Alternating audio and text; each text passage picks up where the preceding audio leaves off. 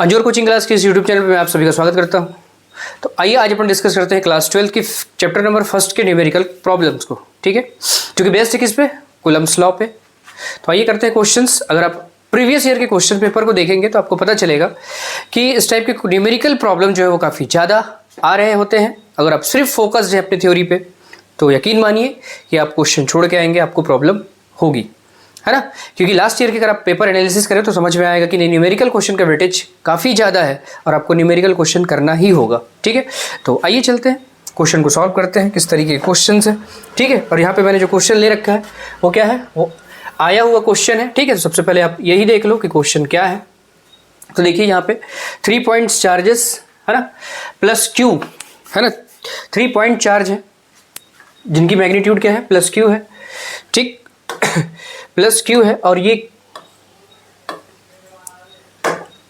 है ना, इसकी चार्जेस क्या है, प्लस क्यू है। Each are kept at a vertices of an equilateral triangle, ये भी आप ध्यान देंगे, इक्विलैटरल ट्राइंगल के वर्टिसेस पे ये रखे हुए हैं, है ना। साइड क्या है आपके पास, एल है, small L. Determine the magnitude and sign of the charge to be kept at its centroid, इसके सेंट्रॉइड पे कितने चार्ज को प्लेस करना चाहिए so that the charges at the vertices remain in equilibrium, कि इसके जो वर्टिसेस में जो चार्जेस अवेलेबल हैं वो क्या है, उनमें कोई चेंजेस ना आए, वो किस कंडीशन पे रहे, तो एट इक्विलिब्रियम कंडीशन।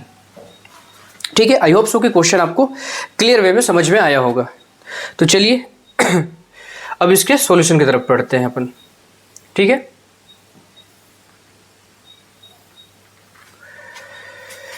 चलिए क्वेश्चन को कर लेते हैं साइड में और सॉल्यूशन की तरफ प्रोसीड करते हैं। तो क्वेश्चन को आपने अच्छे से समझ लिया होगा, आई होप सो। चलिए आते हैं सॉल्यूशन की तरफ। इसमें क्या है, आपके पास इक्विलैटरल ट्राइंगल है in the sense this much, A B C इसके वर्टिसेस है। यहां पे चार्जेस क्या रखे हुए हैं आपके पास, प्लस क्यू चार्ज है in each vertices of a equilateral triangle. तो प्लस क्यू चार्जेस आपने रखे हुए हैं। क्वेश्चन ये है कि इसके जो सेंट्रॉइड है, सेंट्रॉइड इन द सेंस ये देखो मीडियन की यहाँ पे सेंट्रॉइड की अवेलेबिलिटी है। अब इस क्वेश्चन को सॉल्व करने के लिए आपकी मैथमेटिक्स अच्छी होनी चाहिए। ठीक है, फिजिक्स देखो सीधी सीधी बात है, फिजिक्स उस बच्चे का अच्छा होगा जिस बच्चे का मैथ्स अच्छा होगा। अगर कोई आपसे ये कह रहा है कि मैथ्स वीक है और फिजिक्स हम आपको पढ़ा देंगे, नहीं हो पाएगा। ठीक है, तो इन सब चीज़ों को आप समझ लीजिए। और कौन से मैथ्स यूज़ हो रहे होते हैं, आपके जो 10th स्टैंडर्ड के मैथ्स हैं वही यूज़ हो रहे होते हैं। ठीक है, तो देखो आपके सेंट्रॉइड पे जो चार्ज पुट करोगे आप, तो कितना चार्ज पुट करोगे कि जो आपके वर्टिसेस में, इक्विलैटरल ट्राइंगल के वर्टिसेस में जो चार्जेस रखे हुए हैं, है ना, वो क्या रहे, इक्विलिब्रियम कंडीशन में ही रहे। ठीक, तो चलिए फोर्स कैलकुलेट करते हैं with the help of Coulomb's law. Force calculate कर रहे हैं हम किसके बीच में, ए बी के बीच में।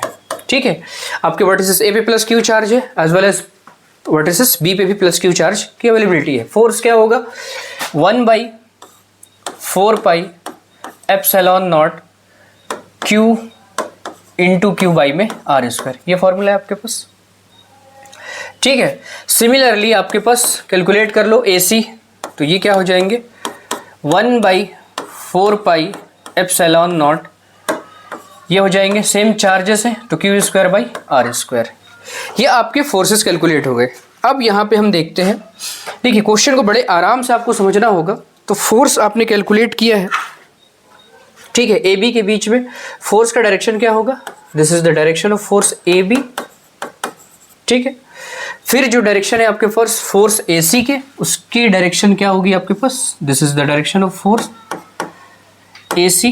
क्योंकि देखो यहाँ पे प्लस क्यू चार्ज अवेलेबल है, यहाँ पे भी प्लस क्यू चार्ज अवेलेबल है, और लाइक चार्जेस क्या करते हैं, रिपेल ईच अदर। तो यहाँ पे जो फोर्स अप्लाई होगा वो क्या होगा, एक दूसरे को रिपेल करेगा। ठीक है, यहाँ पे भी क्या करेंगे, रिपेल करेंगे। ठीक है, चलिए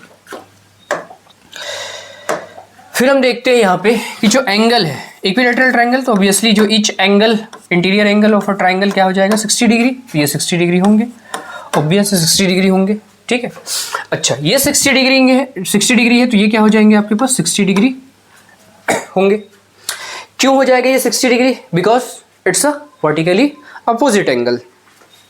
ओके, चलिए अब इसको अपन रिजॉल्व करते हैं। सबसे पहले हमको क्या कैलकुलेट करना होगा कि भाई फोर्स इस डायरेक्शन में इसको क्या कर रहा है, अप्लाई कर रहा है, और फोर्स इस डायरेक्शन में अप्लाई कर रहे हैं। भाई रिजल्टिंग फोर्स क्या होगा, ठीक है, what is the resulting force, तो रिजल्टिंग फोर्स आप कैलकुलेट कर लो, ठीक है। तो देखो फोर्स क्या है, एक वेक्टर क्वांटिटी, और वेक्टर क्वांटिटी को आप एक ही मेथड है जिससे कैलकुलेट कर पाएंगे, है ना। क्लास 11th में आपने पढ़ा होगा, है ना, पैरेललोग्राम रूल। तो देखो उससे क्या हो जाएगा, ये force A B square plus force A C के square plus 2 force A B into force A C cos theta, cos theta मतलब एंगल बिटवीन देम। तो इस फोर्स और इस फोर्स के बीच का एंगल कितना है आपके पास, 60 डिग्री है। तो आप यहाँ पे क्या राइट डाउन कर लो, कॉस 60 डिग्री राइट डाउन कर लो, ठीक है। चलिए सॉल्व करते हैं इसको। तो F इज इक्वल टू कितना हो जाएगा, ये 1 बाई, है ना, इसके स्क्वायर है। अब देखो ये चीज़ें, ये हो गई चाहे ये हो गई, दोनों में सिमिलर मैच हो रहा है ना, दोनों में सिमिलरली मैच हो रहे हैं। तो आपको क्या करना चाहिए, बेहतर होता कि आप इसको क्या कर लो कुछ इस तरीके से। देखो ये सिमिलर फोर्स है ना, तो ये हो जाएंगे आपके पास 2F A B square plus 2F A B square, ये दोनों सिमिलर है तो स्क्वायर हो जाएंगे। cos 60 की वैल्यू आपके पास क्या हो रही होती है, 1/2। 2 से 2 क्या हो जाएंगे, कैंसिल आउट हो जाएंगे। यहाँ पे कितना हो गया आपके पास, 2 फोर्स ए बी के स्क्वायर प्लस यहाँ पे क्या हो जाएगा आपके पास, फोर्स ए बी के स्क्वायर। अब ये कितना हो जाएगा आपके पास, 2 + 1 3 फोर्स ए बी के स्क्वायर, ये आपके पास एफ स्क्वायर है। तो f की वैल्यू अगर आप कैलकुलेट करना चाहोगे तो क्या हो जाएगा आपके पास, f की वैल्यू, f आ जाएगा, रूट लगेंगे इस पे 3 फोर्स, ठीक है। यहाँ पे क्या हो जाएगा, ये 3 फोर्स ए बी के स्क्वायर, ठीक है। तो ये हो जाएगा √3 और ये फोर्स ए बी, है ना। तो रिजल्टिंग फोर्स कितना मिल रहा है आपके पास, ये मिल रहा है, ठीक। तो जो रिजल्टिंग फोर्स है, इन द सेंस जो रिजल्टिंग फोर्स इस डायरेक्शन में जो अप्लाई होगा, है ना, वो फोर्स कितना है आपके पास, √3 फोर्स ऑफ ए बी, इसके इक्वल है। अब देखो ये इतने फोर्स से, in the sense √3 force A B, इससे ये इस डायरेक्शन पे क्या कर रहा है, फोर्स अप्लाई कर रहा है। तो सिमिलरली अगर मैं यहाँ पे एक चार्ज प्लेस करूँ जिसका 4, अब इस पे जो +q चार्ज अवेलेबल है प्लस इस चार्ज के बीच में, है ना, जो फोर्स अप्लाई होना चाहिए वो दोनों इक्वल मैग्नीट्यूड के होने चाहिए, ठीक है। ये कॉन्सेप्ट आपको समझ में आ रहा है। तो चलिए अब यहाँ पे इसको अपन रफ करते हैं और फिर से आगे चीज़ों को प्रोसीड करते हैं, है ना। यहाँ तक ये सभी चीज़ें समझ में आ गई होंगी आपको, इसको रफ कर लेते हैं।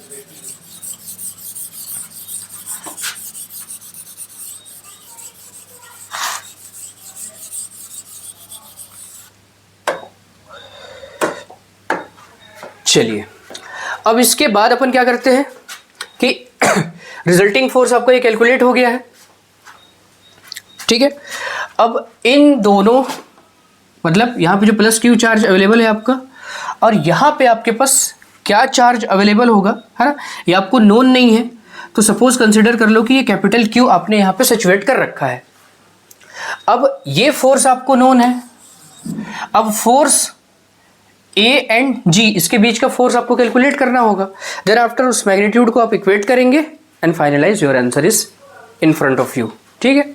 चलिए अब देखो इस फोर्स को कैलकुलेट करने में सबसे बड़ा जो चैलेंज है वो है destination between A and G। A और G के बीच का डिस्टेंस कितना है ये आपको पता करना होगा, ठीक है। तो देखो जो सेंट्रॉइड होता है ट्राइंगल का, वो कितने रेशियो में मीडियन को कट आउट कर रहा होता है, वो रेशियो होता है आपका, ये सेक्शन 2 होंगे और ये सेक्शन कितना होगा, 1 होगा, ठीक है। ये एकदम क्लियर होनी चाहिए ये सभी चीज़ें। अब वहाँ पे हमको वैल्यू चाहिए कितने की, AG की वैल्यू चाहिए। ए जी की वैल्यू चाहिए तो वो क्या कैलकुलेट होगा, देखो ए जी इज इक्वल टू कितना हो जाएगा, टोटल कितना हो रखा, ठीक है, टोटल कितना है 2 + 1 3, तो ये हिस्सा हो जाएगा 2/3। अब चैलेंज ये है कि आपको ए और इसकी वैल्यू दे दो डी, एडी का लेंथ नोन होना चाहिए, तो एडी की जो लेंथ होगी उसका 2/3 हिस्सा होगा एजी, ठीक है। पूरे डिटेल में समझा रहे हैं अपन इसको, इसलिए थोड़ा टाइम टेकिंग होगा, जब सेकेंडरी आप बना रहे होंगे तो काफ़ी आसानी से चीज़ें बन रही होंगी, ठीक है।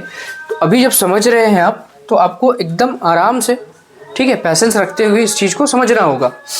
चलिए तो देखो ये क्या हो जाएंगे, यहाँ पे राइट एंगल है, इसकी साइड क्या है एल है, तो ये कितनी हो जाएगी l/2 इसका हाफ, है ना, और ये सेक्शन कितना हो जाएगा l/2।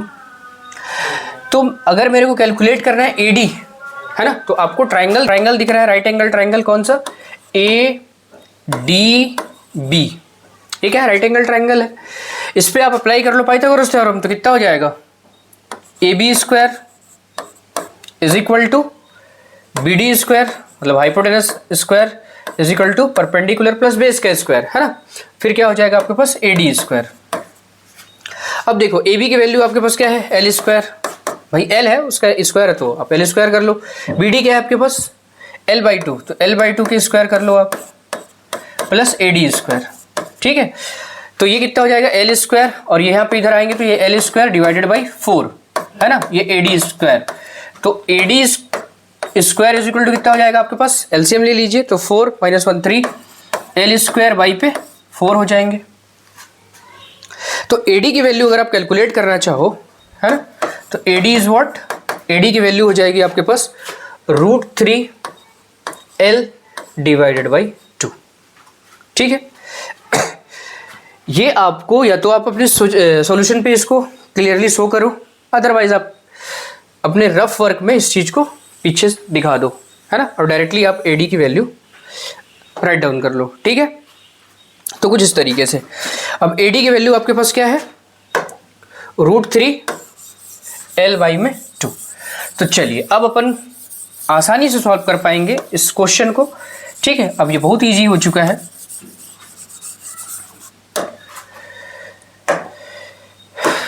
देखिए तो AG की वैल्यू क्या हो जाएगी आपके पास, AG इज इक्वल टू हो जाएगा 2/3 इंटू किसका L का, है ना, सॉरी ये जो डेस्टिनेशन है AD जो डेस्टिनेशन है ना, इसकी 2/3 हो जाएंगे, है ना। तो देखिए कितना है आपके पास AD की वैल्यू आ रखी है √3L डिवाइडेड बाई 2। इस 3 को आप क्या राइट डाउन कर पाएंगे, 2 से 2 कैंसिल आउट है, इस 3 को आप राइट डाउन कर सकते कितना √3L डिवाइडेड बाई √3 इंटू √3, √3 से √3 कैंसिल आउट हो जाएगा, ये कितना हो जाएगा L/√3, ये AG की वैल्यू है, ठीक है। अब यहां से आपको कैलकुलेट करना होगा फोर्स, चलिए फोर्स कैलकुलेट कर लेते हैं अब अपन। तो force between A and G ये कितना हो जाएगा 1/4πε0 Q इंटू कैपिटल Q, जो आपने सिचुएट कर रखा है कहाँ पे, सेंट्रॉइड पे, अपॉन पे R² मतलब डेस्टिनेशन का स्क्वायर, तो डेस्टिनेशन कितना है आपके पास L/√3 है, इसके स्क्वायर करोगे आप तो कितना हो जाएगा L² बाई पे 3, ये हो जाएगा। अब देखो आप यहाँ पे जो आप फोर्स आए हैं आपके पास, है ना, कितना है, जो रिजल्टिंग फोर्स था वो है √3 इंटू फोर्स ऑफ AB के बीच का फोर्स कितना था 1/4πε0 Q² divided by R² in the sense L², है ना, डेस्टिनेशन है तो डिस्टेंस कितना आपके पास L है, तो आप इसको क्या राइट डाउन करेंगे L²। अब ये जो रिजल्टिंग फोर्स है वो इस फोर्स के, क्योंकि देख लो लाइन ऑफ एक्शन देखिए आप समझिए, ये जो फोर्स है ये फोर्स ये, ठीक है, ये आपका A पॉइंट यहाँ पे अवेलेबल है, ठीक है, इधर पे G है आपके, तो जो रिजल्टिंग फोर्स है F वो इस फोर्स के इक्वल होगा, तभी तो जो वर्टिसेस पे अवेलेबिलिटी है जिन चार्जेस की, उस पर कोई भी चेंजेस नहीं आएंगे। तो बस इसी कॉन्सेप्ट को हम यूज़ करेंगे, ठीक है। चलिए चीज़ों को आप राइट डाउन करते जाए, है ना, स्क्रीनशॉट लेकर के। चलिए अब यहाँ पे क्या कर लेते हैं, अपन फोर्स को इक्वेट कर लेते हैं, फोर्स इस तरीके से। तो 1 फोर्स आपके पास कितना है, √3 बाई 4 पाई एप्सिलॉन नॉट, और ये हो गया Q² डिवाइडेड बाई आपके पास L² इज इक्वल टू क्या है आपके पास, ये फोर्स कितनी आ रखी है AG की 1/4 पाई एप्सिलॉन नॉट, और ये है Q, capital Q divided by L² by पे 3, तो 3 ऐसे मल्टीप्लाई हो जाएगा, ठीक है। देखो 4 पाई से ये कैंसिल आउट हो जाएंगे, Q से एक Q कैंसिल आउट हो जाएगा, L² से L² कैंसिल आउट हो जाएंगे, ठीक है। अब जो बच गए हैं उसको आप राइट डाउन कर दीजिए और वही आपके आंसर है, ठीक है। तो आइए अब अपन इस चीज़ को आगे प्रोसीड करते हैं, क्या चीज़ें बच गई हैं हमारे पास। तो देखो √3 यहाँ पे Q बच गया है इज इक्वल टू यहाँ पे 3 बच गया है आपके पास, इधर पे कैपिटल Q बच गया है आपके पास, ठीक है। तो कैपिटल Q की वैल्यू चाहिए आपको, capital Q is equal to √3 Q divided by 3। इस 3 को आप कैसे राइट डाउन कर सकते हैं, तो √3 इंटू √3 आप राइट डाउन कर सकते हैं। √3 से √3 कैंसिल आउट हो जाएंगे, ये आपके पास हो गई Q बाई √3, ठीक है। तो आपको सेंट्रॉइड में कितना चार्ज प्लेस करना होगा, Q बाई √3, और इसको रखने से आपके वर्टिसेस में जो चार्जेस अवेलेबल है उस पर किसी भी तरीके का कोई इफेक्ट नहीं आएगा, है ना। तो आई होप सो क्वेश्चन को बनाने में अप्रॉक्स हमने 10 to 12 मिनट लिए हुए हैं। तो देखिए हमने एक एक पॉइंट को आपको क्लियर समझाया है, एकदम आराम से किस तरीके से क्या आ रहे हैं, है ना। हमने ये मान के चला है कि आपको बेसिक से चीज़ें समझानी है हमको, है ना। तो इस तरीके से टाइम टेकिंग हुआ है, हालांकि आपको लग सकता है कि काफ़ी टाइम लिया है एक न्यूमेरिकल को बनाने में, लेकिन क्या है कि इस कंडीशन में हम आपको समझा रहे हैं बिल्कुल बेसिक से, है ना। तो ये टाइम टेकिंग होगा, बट जब आपकी प्रैक्टिस हो जाएगी तो यही क्वेश्चन जो इतना टाइम ले रहा है वो काफ़ी आसानी से आपको 6 से 7 मिनट में बन जाएगा। और इससे अगर ज़्यादा टाइम आप ले रहे हैं अगर बनाने में अपने क्वेश्चन को, फिर आप उसको अटेम्प्ट ही मत करिए, कोई मतलब है नहीं फिर वहाँ पे, ठीक है। तो पढ़ाई करते रहिए, थैंक यू।